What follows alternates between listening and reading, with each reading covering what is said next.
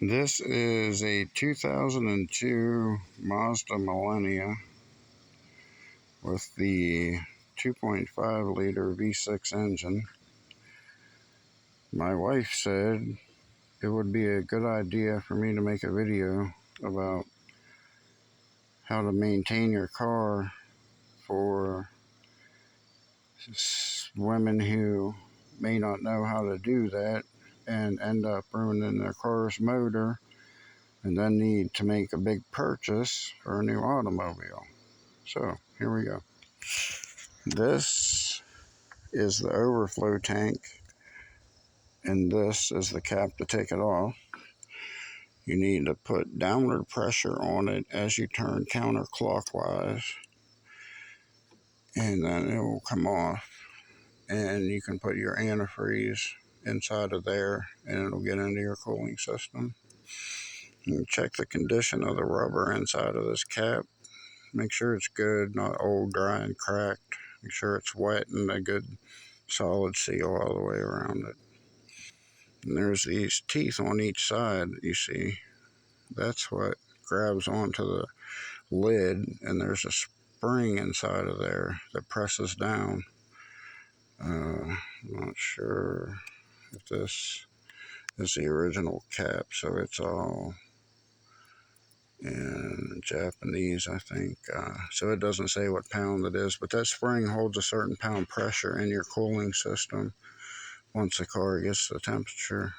But you got to put these teeth on these openings on either side to get that to set right. So you do that, turn it, press down, turn all the way you can clockwise, and it'll be that position in reference to the engine.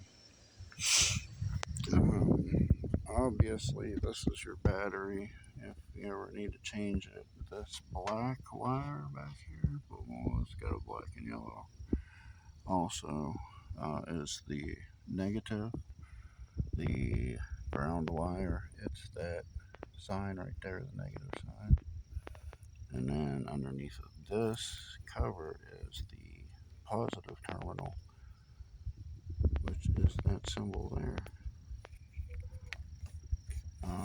It just takes open-ended wrench or crescent wrench, and you loosen this bolt up and you can pull this thing off. And then they make these wire brushes that you can clean these with. Sometimes you don't need a new battery, you just need the terminals cleaned up because it's not a good connection. Next thing that we have is this guy right here, which is your transmission fluid. The car needs to be running in park and at operating temperature when you check this. And there's the dipstick and the 3 notches to show you your level. But like I said, that needs to be on and an operating temperature for you to check that.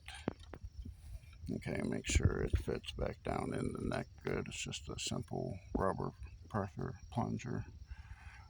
This is the throttle body, if you've ever heard that reference, and this is what your gas pedal's actually connected to. This gets pulled down like that when you press on the gas.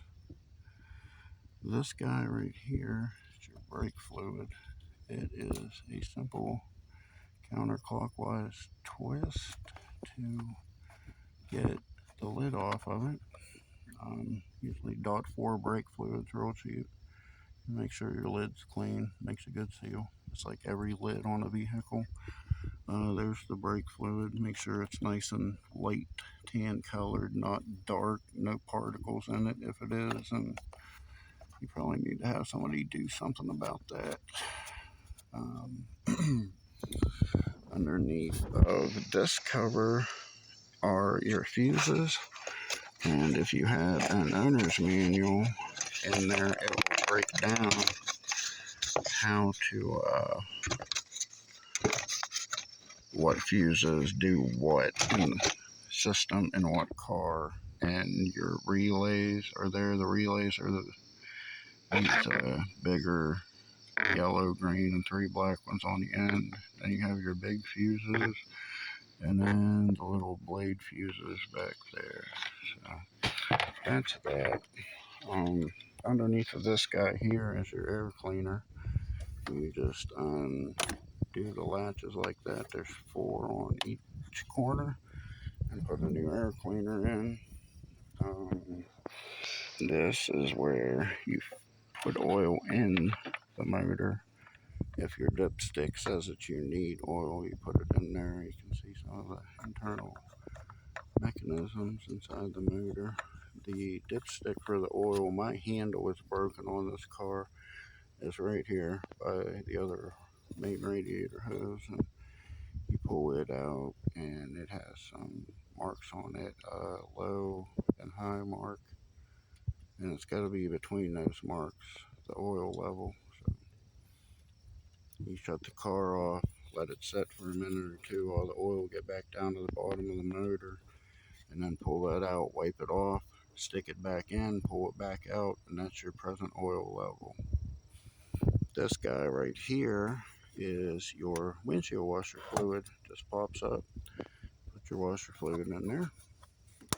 This guy here is your power steering fluid, and it comes off counterclockwise. Pull it off. Make sure it's nice. And you put your power steering fluid in there. The levels are on the side right there. As you see, mine is super full. This guy here is the main, like, radiator cap access. It's still pretty hot. I usually don't mess with that one because when you fill the overflow, it has hoses that lead back to this whole system. And this cap is a lot simpler than the other one. It's not spring loaded. It's a simple flat metal cap with a rubber gasket that's a lot easier to damage. So I would stay away from it. This is the simple overview. Some things I'm going to be making instructional videos about this motor, so I won't get into much more than that right now. A few more things I'll point out. This is a motor mount. This is part of your air conditioning system.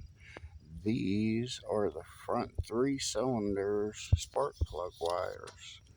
So there's a piston here, a piston here, a piston here, and on the back side is the same setup back here underneath of this with 3 cylinders also. So there's your V. One back there, one right here, 3 cylinders each going up and down. And this is part of the throttle body and intake manifold and fuel injection system. So that's it. Hope you guys liked it. Hope it helps you keep your car running good, efficiently, save you a lot of money. Hope you enjoyed it.